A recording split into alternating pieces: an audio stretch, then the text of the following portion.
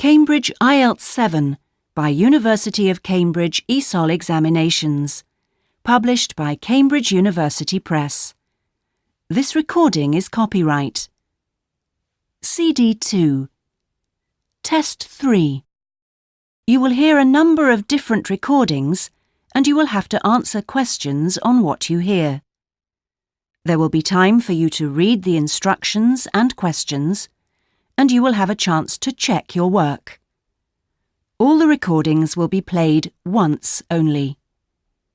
The test is in 4 sections. At the end of the test, you will be given 10 minutes to transfer your answers to an answer sheet. Now turn to Section 1.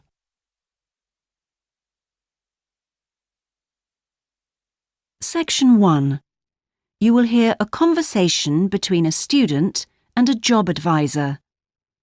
First, you have some time to look at questions 1 to 5.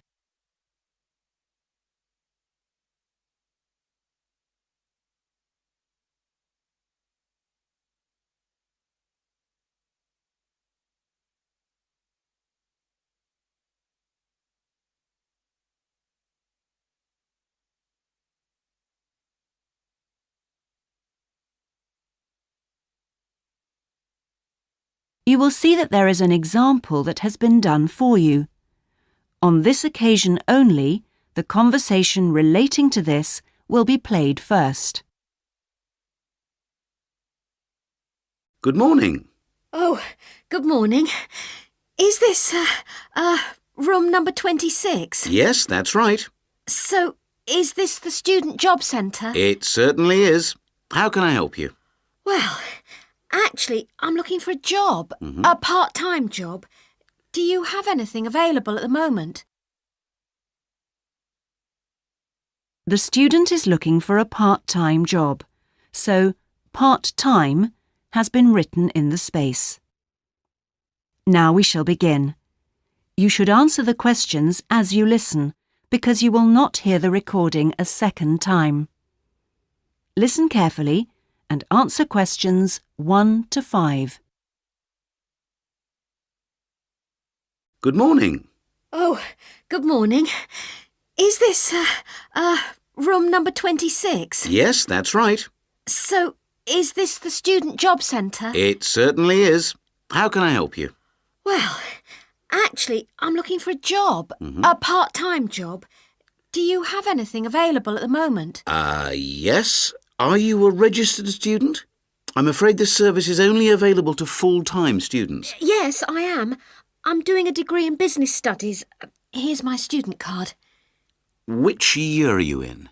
Well, I've been at uni for 4 years, but I'm in the 3rd year because I took last year off. Right. Well, let's just have a look at what positions are available at the moment.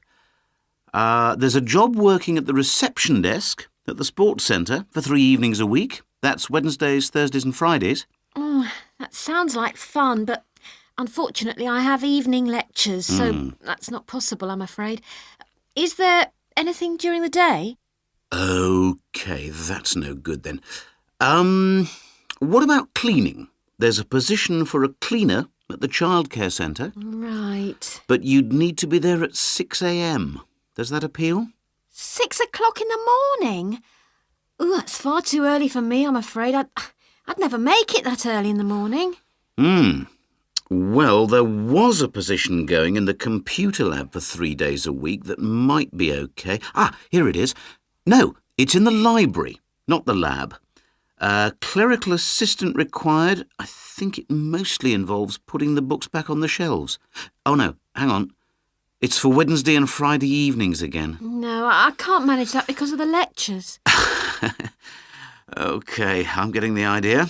Look, I'll just get a few details from you anyway, and then we can check through the list and see what comes up. Before you hear the rest of the conversation, you have some time to look at questions 6 to 10.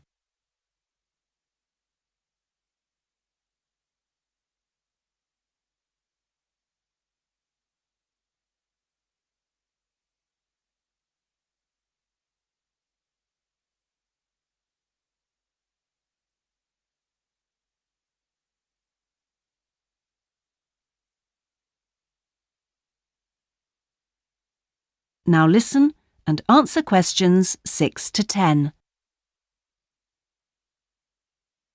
We'll fill in the personal details on this application form first, if that's okay. Yeah, that's fine. Now, what's your name again? Anita Newman. That's Newman. And your address, Anita? I'm in one of the halls of residence for postgraduate students. You know, International House. OK, that's easy. What's your room number there? Room B569. No, sorry, B659. I always get that wrong. I haven't been living there very long. Do you have any other skills? Typing, languages, that sort of thing? Well, I speak some Japanese. Right, I'll make a note of that. Now, let's see what else is available. What do you think of administrative work? There's a position for an office assistant at the English Language Centre. That sounds interesting. It's for 3 days a week, Monday, Friday and Saturday mornings. Interested? I was hoping to have Saturdays free, but I need the work, so... Can you tell me what the job involves? Yep, sure. It says here that you'll be required to deal with student inquiries and answer the phone. I'm sure I can handle all that without a problem. Great. Well, would you like me to arrange an interview for you? Say Friday morning around 10? Could we make it a bit later? Unfortunately, I've got something to do at 10. Would that be okay? Not a problem. How about 11:30? Hope it works out for you, Anita. Me too. And thanks for all your help. That is the end of section 1. You now have half a minute to check your answers.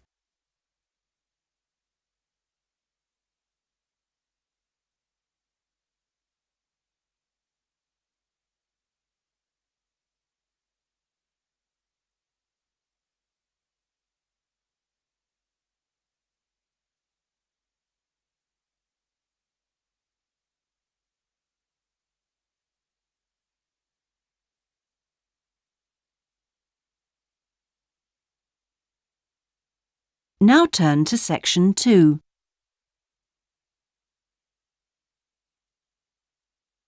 Section 2. You will hear a talk given by a group offering a walking holiday to raise money for charity. First, you have some time to look at questions 11 to 16.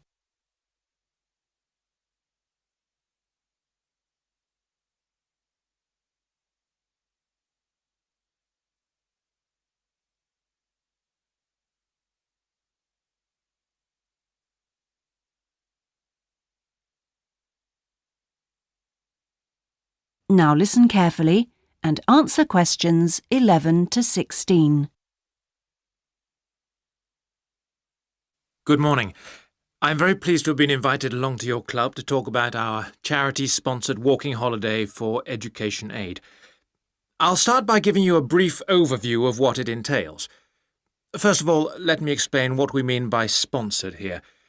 This is where people promise to donate money to the charity if you achieve your goal. In this case, to walk a certain number of miles. Basically, we are organising a 10-day holiday from the 6th to the 16th of November, with 8 days actual walking, trekking in the Samira Mountains.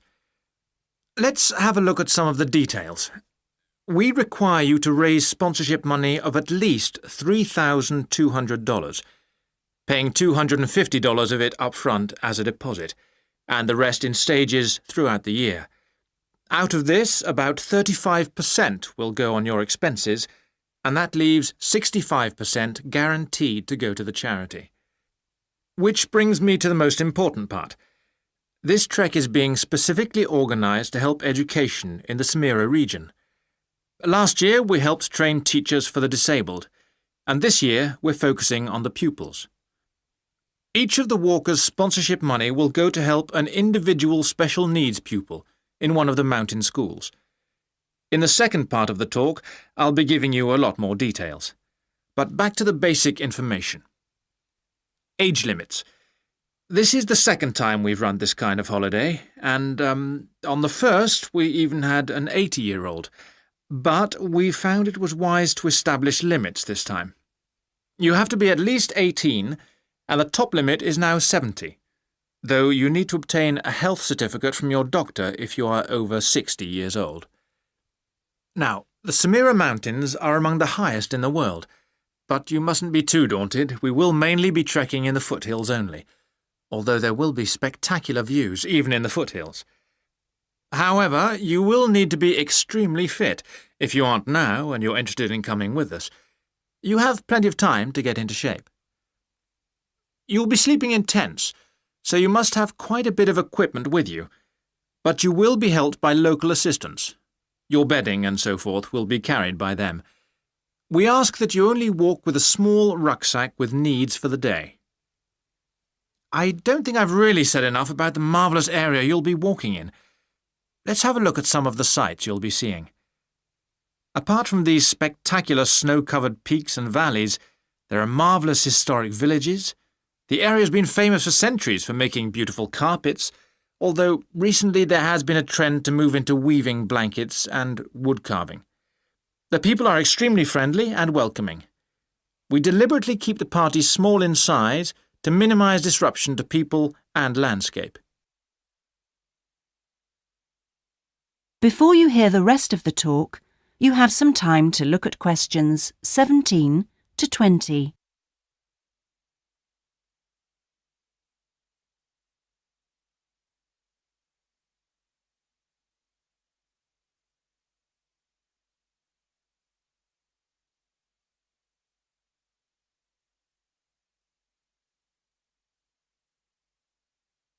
Now listen and answer questions 17 to 20. I hope that there are still some people interested. I will be distributing leaflets at the end where you can find out more information. But just for the moment, I'll outline the itinerary, the main high points of the holiday. Obviously, you'll start by flying out to Kishbar, the capital city, on day 1. After a couple of days to acclimatise yourself, you'll start the trek on day 3, walking through the enormous Katiba forest, which will take the whole of the day. Day 4 takes us higher up, going through the foothills, past a number of villages, and visiting a school for the disabled in Sohan. Then you have a rest day, that's day 5, before going to the spectacular Kumi Temple, with 12th century carvings, set in a small forest by a lake, and that's day 6, the highlight for many. We stay near there for day 7, because then comes the hardest day, walking through very mountainous country, but culminating in a swim in the Pate Falls. This is the highest waterfall in the region. Day 9 is much easier, with part of the day spent in a village where they make some of the gorgeous red blankets. Then back down to Kishbar and the journey home. So, you can see it's a pretty packed timetable. That is the end of section 2. You now have half a minute to check your answers.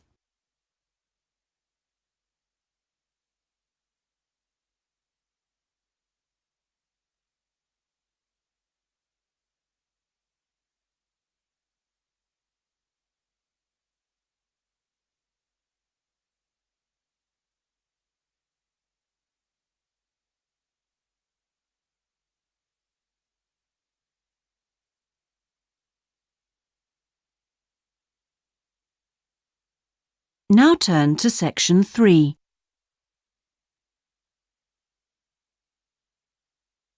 Section 3. You will hear part of a seminar on ocean research given by a climate scientist. First, you have some time to look at questions 21 to 25.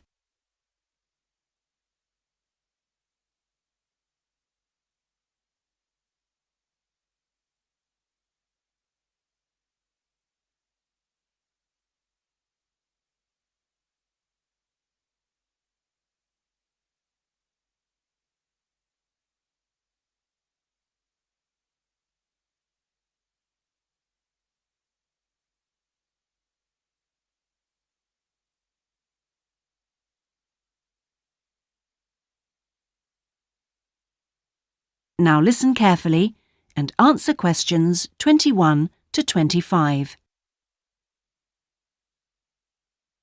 Thanks to all of you for coming along today to hear about how the Robotic Float project is helping with ocean research. Well, first of all, we'll look at what a robotic float does and its use. So let's start with the device itself. It looks a bit like a cigar, and it's about 1.5 meters long. More importantly, it's full of equipment that's designed to collect data. So it can help us in building up a profile of different factors which work together within the world's oceans. Sounds like a big project. Isn't it too big for one country to undertake? That's quite true, but this project is a really good example of international cooperation. Over the last 5 years, scientists from 13 countries have been taking part in the project and launching floats in their area of ocean control. And next year, this number will rise to 14 when Indonesia joins the project. That's impressive. But let's move on to how floats work. The operational cycle goes like this. Each of the floats is dropped in the ocean from a boat at a set point and activated from a satellite. Then the float immediately sinks about 2,000 meters. That's 2 whole kilometers down in the water.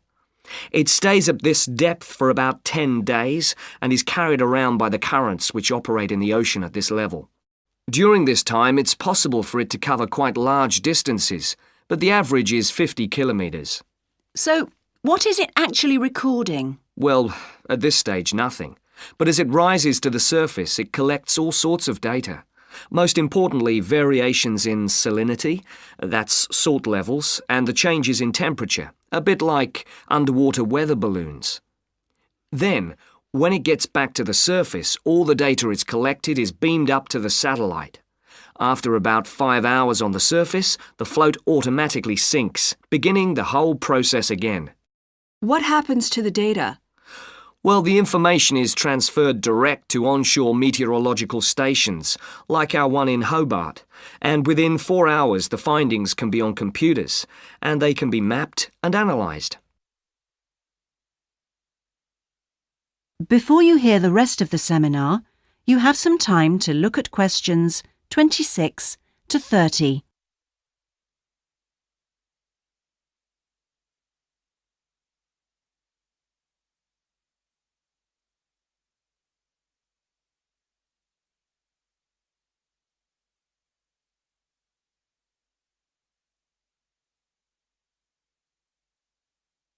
Now listen and answer questions 26 to 30. You say you're building models of the world's ocean systems, but how are they going to be used? And more importantly, when? Some of the data has already helped in completing projects. For example, our understanding of the underlying causes of El Niño events is being confirmed by float data. Another way we're using float data is to help us to understand the mechanics of climate change, like global warming and ozone depletion. That's part of an ongoing variability study, but the results are still a long way off.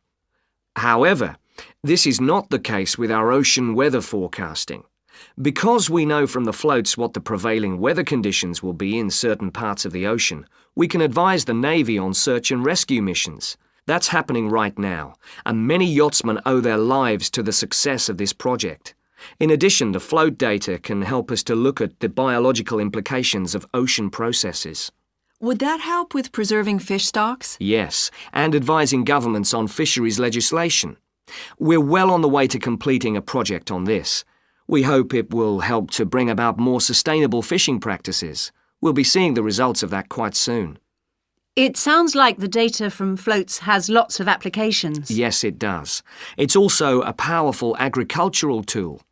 If we were aware of what the weather would be like, say, next year, we could make sure that the farmers planted appropriate grain varieties to produce the best yield from the available rainfall. That sounds a bit like science fiction, especially when now we can't even tell them when a drought will break. I agree that this concept is still a long way in the future, but it will come eventually, and the float data will have made a contribution. That is the end of section 3. You now have half a minute to check your answers.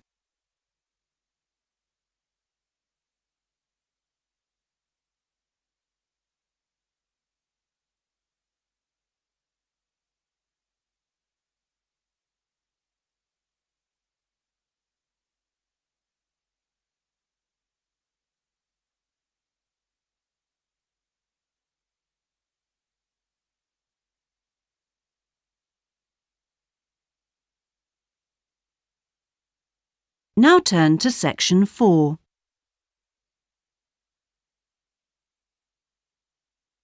Section 4. You will hear part of a lecture about hotels and the tourist industry. First, you have some time to look at questions 31 to 40.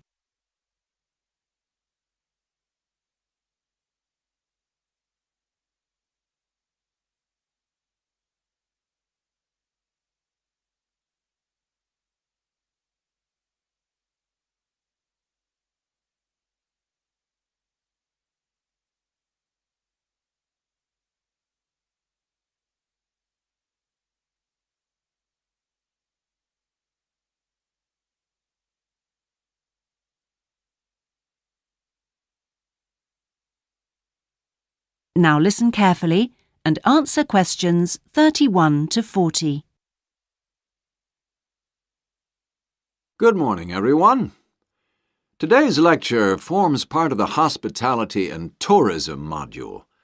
Last week, I looked at the economy end of the hotel business. This week, I'm going to discuss the luxury end of the market. Let's consider the following scenario.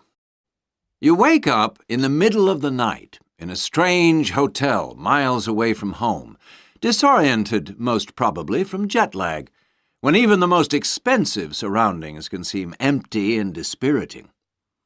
You have paid a great deal of money to stay in this first-class hotel with its contemporary technology, but according to recent research carried out by an international travel and public relations company, all is not well.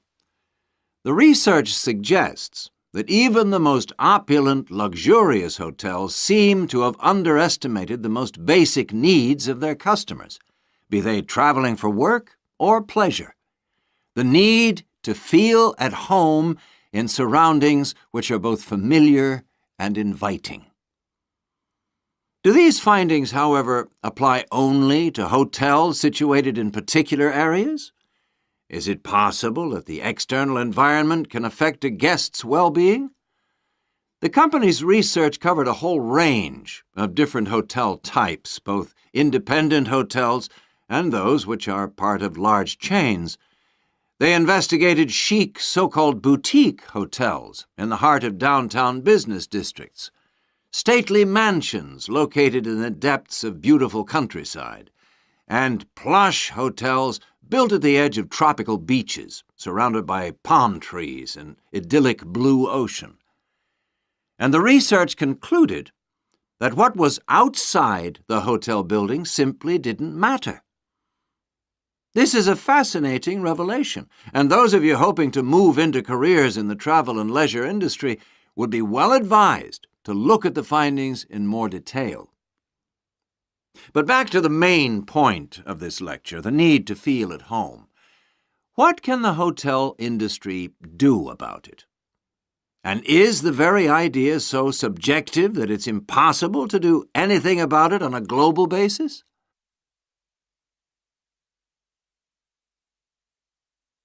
However, nothing stands still in this world. One company has come up with the slogan, "Take your home with you," and aims to provide clients with luxury serviced apartments.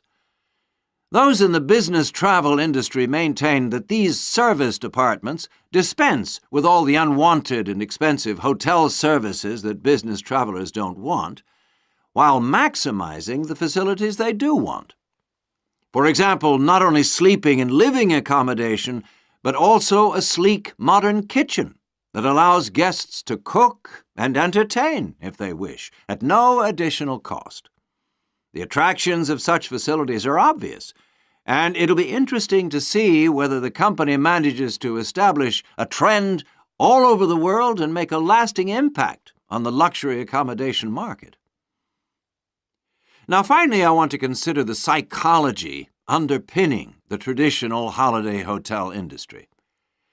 As a hotelier, how do you go about attracting people to give up the security of their own home and entrust themselves to staying in a completely strange place and sleeping in an unfamiliar bed? Firstly, hotels exploit people's need to escape the predictability of their everyday lives. For a few days, people can pretend they are free of responsibilities and can indulge themselves. Secondly, there is something very powerful in our need to be pampered and looked after. It's almost as if we returned to being a baby when everything was done for us and we felt safe and secure. And not far removed from this is the pleasure in being spoilt and given little treats, like the minuscule bottles of shampoo and tiny bars of soap, the chocolate on your pillow at night. And we actually forget that we are paying for it all. Next week, I'm going to look at eco-hotels, a fairly new phenomenon, but increasingly popular, particularly...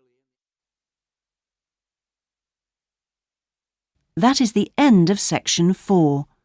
You now have half a minute to check your answers.